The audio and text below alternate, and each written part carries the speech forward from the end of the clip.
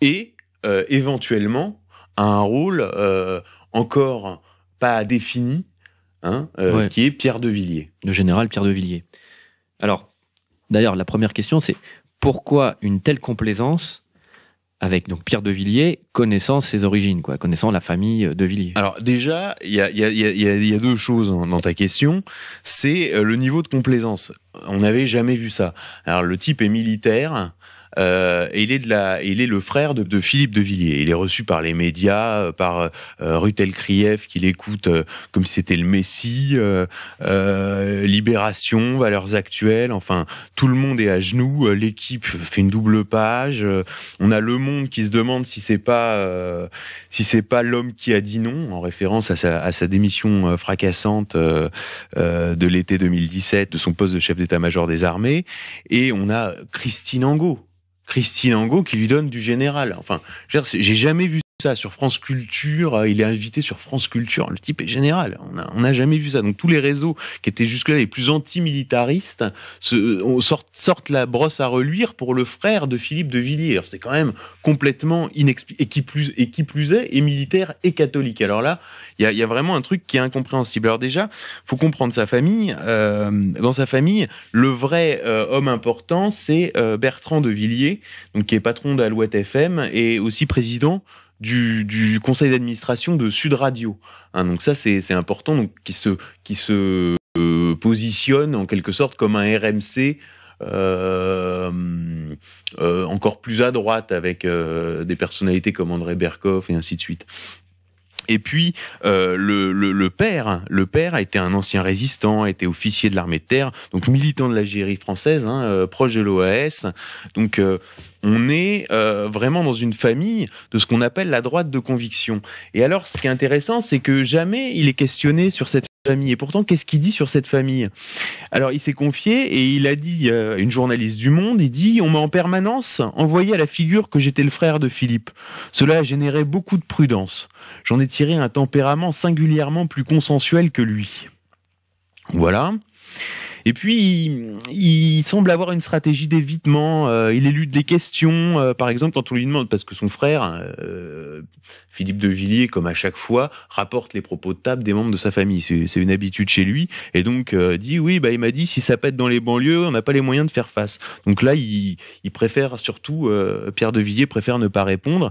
Mais alors, ce qui est quand même encore plus intriguant quand on lui demande qu'est-ce que vous pensez de l'inscription sur la boîte de votre casoar qui est mon âme à Dieu, mon corps à la patrie, mon cœur à la famille. Qu'est-ce qu'il répond? Il dit les valeurs qui me sont les plus chères sont l'humanité, la cohérence et la fraternité. La cohésion et la fraternité. Alors là, c'est intéressant. Et puis, un autre élément à souligner, c'est sur un de ses plus grands faits d'armes militaires, qui est d'avoir, parce qu'en fait, c'est un militaire qui a, pour ainsi dire, quasiment jamais combattu. Donc, son gros fait d'armes s'est arrêté pendant 5 mois à la tête de la brigade Leclerc au Kosovo, dans le cadre de la KFOR, donc sous commandement de l'OTAN. Alors là, il raconte. Donc je cite, c'est dans la Croix. Alors à l'époque, il exprime sa confiance dans la réconciliation entre Serbes et Albanais. Ouvrez les guillemets, je rêve d'organiser un match de foot entre Serbes et Albanais. On va y arriver, si on peut les réunir, alors c'est gagné. Alors là, c'est quand même assez niais. Et dans Libération, c'est encore pire. Alors il organise un match à Mitrovica devant plusieurs milliers de spectateurs brandissant des drapeaux albanais. Donc là, il y a plus de Serbes, plus d'Albanais, il y a plus que des Albanais, quoi. Et là, il dit, ce fut le premier signe concret qu'on sortait de la guerre. L'événement s'est déroulé sur un terrain interdit jusque-là aux Albanais par les Serbes. Enfin, là, c'est quand même, on est quand même, un gauchiste aurait pas renié ses propos. Alors, comment expliquer son ascension, pour devenir chef d'état-major des armées? Alors, bon, je l'ai dit, lui, il le dit lui-même, il dit j'ai pratiqué les finances publiques durant 25 ans. Donc, il est présenté comme un planificateur et analyse des moyens. C'est vraiment un militaire de bureau. Et donc, évidemment, il rejoint le cabinet militaire de Jean-Pierre Raffarin, puis de Dominique de Villepin. Puis au moment où son frère négocie le ralliement à Sarkozy, et à ce moment-là, il est bizarrement, je dirais, promu. Coup sur coup, Il est nommé chef de cabinet du Premier ministre François Fillon, puis il est élevé au grade de général de corps d'armée, donc qui reçoit sa 4e étoile, et le 23 février 2010, alors ça c'est une date importante dans son parcours, Nicolas Sarkozy le reçoit pour en faire le chef d'état-major particulier du président de la République. Il lui dit Pierre de Villiers, tu seras mon chef d'état-major particulier, c'est entériné. Et alors là, Pierre de Villiers organise son pot de départ, une fête et ainsi de suite. Et dans les heures qui suivent, Sarkozy lui annonce bah non, ça va pas se faire. Finalement, ça va être Benoît Pugat. Alors Benoît Pugat, c'est Villiers. Benoît Pugat, c'est l'opérationnel pur. Il a été directeur du renseignement militaire. Il a commandé le 2e régiment étranger de parachutistes. Et c'est lui qui, comme chef d'état-major particulier du président de la République, sera le vrai militaire d'influence de la période Sarkozy-Hollande. Et donc Pierre de Villiers se retrouve finalement major général des armées. Major général des armées, c'est-à-dire numéro 2 de la hiérarchie. Alors on va revenir justement sur cette hiérarchie militaire parce que c'est un point très intéressant que les gens comprennent pas bien. Et donc là, il reçoit sa 5e étoile et il est major général des armées. Et en fait, il est dans un rôle de DRH chargé de piloter la réduction des moyens matériels, donc et le plan social, pour ainsi dire, engagé par Sarkozy avec la suppression de 54 000 postes concomitamment avec la souveraineté militaire, la fin de la souveraineté militaire française, donc les accords de Lancaster House, la réintégration dans le commandement intégré de l'OTAN et ainsi de suite.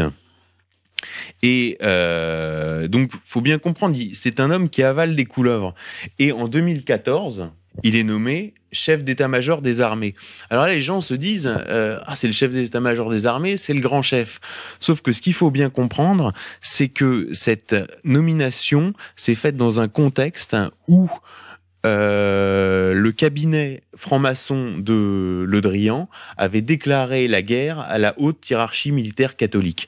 Ils avaient fait semblant de croire que cette haute hiérarchie militaire catholique, dont j'ai cité Benoît Pugat, qui est lié par sa famille au traditionnaliste de Monseigneur Lefebvre, par exemple, ourdissait un espèce de coup d'État contre la République. Et dans cet épisode, Pierre de Villiers avait été qualifié de vrai officier républicain par Jean-Yves Le Drian. Et justement, il avait été nommé chef d'état-major des armées pour casser un schéma qui avait cours depuis Valéry Giscard d'Estaing, où en fait le chef d'état-major particulier du président de la République devenait chef d'état-major des armées. Et donc, c'est-à-dire rejoignait en fait le ministère de la Défense. Ce qui fait que le type arrivait de l'Élysée avec auréolé de son passage à l'Élysée et prenait l'ascendant sur le ministère de la Défense et pouvait même devenir plus influent que le ministère de la Défense. Parce que des fois, c'était quelqu'un qui n'avait même pas fait l'armée ou qui était... Voilà, c'est ça. Donc la caricature, ça avait été sous Sarkozy avec Hervé Morin qui maîtrisait absolument rien, quoi. Et donc pour casser ce schéma-là, en fait, ils ont nommé le major général des armées et non pas le chef d'état-major particulier du président au poste de chef d'état-major des armées pour en réalité casser la fonction. Alors là, je cite toujours Nathalie Guibert, donc journaliste au Monde, explique « Assumant de casser la puissance acquise du chef d'état-major sous les précédents gouvernements, Le Drian choisit Villiers, le numéro 2 des armées, pour prendre la tête de celle-ci à Ballard. Ce fut un piège, juge un officier général qui a quitté le service. » Ouvrez les guillemets, Villiers s'est laissé instrumentaliser, il était choisi car il était moins surprenant que d'autres et que le cabinet l'avait mis sous pression toutes les semaines en tant que major général. Le directeur a pu se dire, je choisis le type que j'ai mis sous pression. Alors en plus, parallèlement à sa nomination, il y a eu une réforme de la gouvernance qui a amputé l'état-major des armées de quasiment toutes ses prérogatives au profit de la corporation des contrôleurs généraux des armées. Donc, si vous voulez, au terme de cette réforme, le chef d'état-major des armées devient un assistant, un simple assistant du ministre. Et en plus, dans le contexte de paranoïa lié donc à cette époque-là, on est en 2014, il vient d'avoir la manif pour tous, et Pierre Berger a imposé au ministère de la Défense Louis Gauthier, donc qui est un haut fonctionnaire issu entre guillemets du milieu culturel, donc qui est trésorier de la Fondation Pierre Berger, Yves Saint-Laurent, et qui lui devient secrétaire général de la Défense et de la Sécurité nationale.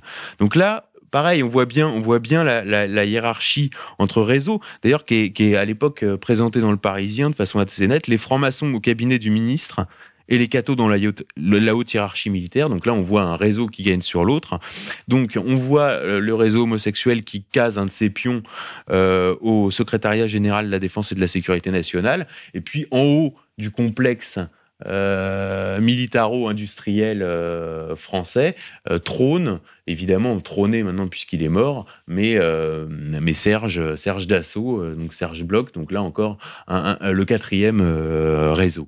Voilà. Alors ce qui est intéressant maintenant, c'est de voir depuis sa démission, qu'est-ce qu'il est devenu. Voilà, alors c'est pareil, pourquoi Macron décide de l'humilier? Parce qu'il se dit, attends, c'est le type, il a avalé toutes les couleuvres. Il a fait le plus gros plan social de l'armée, il s'est fait humilier toute sa carrière, il s'est fait humilier par Sarkozy, il s'est fait humilier par Le Drian, toute sa carrière est faite d'humiliation. Donc pourquoi je vais pouvoir me assurer mon autorité, me poser en monarque républicain en l'humiliant et en disant que c'est moi le chef? Et puis finalement, comme il est à 1 an de la retraite, il a une espèce d'acte de bravoure, et puis il démissionne, et là il commence à donc il crée sa boîte de société, puis il est évidemment recruté au Boston Consulting Group, qui est le plus gros cabinet de stratégie américain. Alors c'est beaucoup d'anciens militaires deviennent consultants. C'est 1/3 des officiers environ, mais c'est quand même le premier SEMA, chef d'état-major des armées, à rejoindre un groupe américain. Et alors, on le voit commencer à fréquenter un certain nombre de réseaux. Alors, il écrit ces 2 livres qui sont édités par Sophie de Closet, donc qui est la fille du journaliste François de Closet, qui s'est d'ailleurs récemment trouvé des racines juives oubliées, je cite. Cette Sophie de Closet, elle est évidemment young leader de la French American Foundation. C'est l'éditrice de Jacques Attali, de Michelle Obama. Elle est mariée à un réalisateur de disques franco-ivoiriens, vous voyez un peu les réseaux parisiens. Et puis sa communication est assurée par une société qui s'appelle Les Rois Mages. Donc c'est une société qui est animée par Claudine Ponce, qui est associée à Caroline Pierret, donc qui est la directrice associée de Publicis Event, et associée également à l'écrivain Éric Orsena, donc en fait qui est un gros consultant des entreprises, qui est membre du Club des 100 lié au réseau Attali. Et alors là, les réseaux Attali mettent la main sur ce pauvre général, puisque l'ONG d'Attali, qui s'appelait avant Planète Finance et qui maintenant s'appelle Positive Planète, crée une branche, si vous voulez, dans le secteur du football, qui va s'appeler Positive Football, et qui passe un contrat avec l'UNFP, donc le syndicat des joueurs de foot, pour moduler l'image des nouveaux champions du monde, c'est-à-dire des joueurs africains, pour en faire un peu des modèles sociaux. Et donc, qui prend la tête donc de la branche football, devient la figure de proue de la branche football de l'ONG d'Attali? Et ben c'est le général Pierre de Villiers, qui donc du coup siège à l'UNFP à ce titre. Donc évidemment, il est lié à Gilles Kepel, donc islamologue officiel du groupe Bilderberg, et là on voit vraiment qu'il y a une volonté d'en faire un homme politique, puisqu'il a signé, c'est passé assez inaperçu, mais dans les Échos, le 21 mars, donc au moment où il rejoignait le Boston Consulting Group, donc il signe avec Martin Dempsey et Nick Houghton, donc c'est 2 anciens chefs d'état-major américains et britanniques. Donc là, on est vraiment sur les réseaux de l'OTAN. De toute façon, il a fait toute sa carrière à l'ACAFOR au Kosovo, c'était l'OTAN. Puis ensuite, il a sécurisé l'aéroport de Kaboul en Afghanistan, c'était encore l'OTAN. Son beau-frère est juge au tribunal administratif de l'OTAN. Donc il est vraiment dans un prisme otanien. Et donc dans cette tribune signée dans les Échos, il déplore le manque d'engagement de la communauté internationale en faveur d'un leadership collaboratif et collectif. Il appelle à des actions inclusives. Donc là, on est vraiment dans le violon mondialiste. Et surtout, il déplore que les responsables internationaux soient de plus en plus absorbés par des logiques nationales. Donc là, on a un prototype du discours de la haute administration française, telle qu'on l'a décrit tout au long de notre émission.